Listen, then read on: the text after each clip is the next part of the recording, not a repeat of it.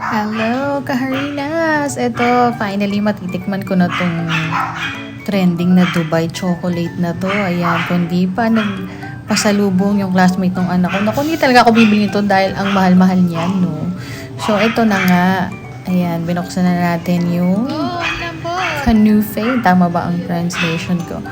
Ayan, ito yung chocolate bar na mas maliit na version. Buti naman naglabas sila ng maliit na version. So, yan.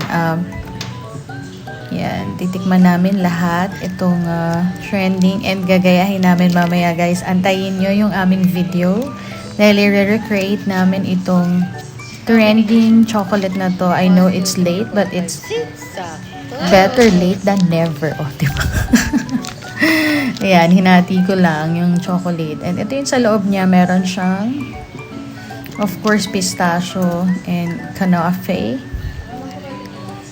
Ayan, gagawin natin yan maya-maya lang. So, antayin nyo yung aming video. Gagawa kami together with the kids. Bonding namin this Sunday. So, masarap siya. Lasang Cadbury yung pinaka-chocolate niya.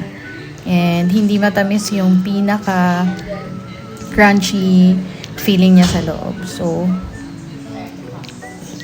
10 over 10. See you guys later. Enjoy!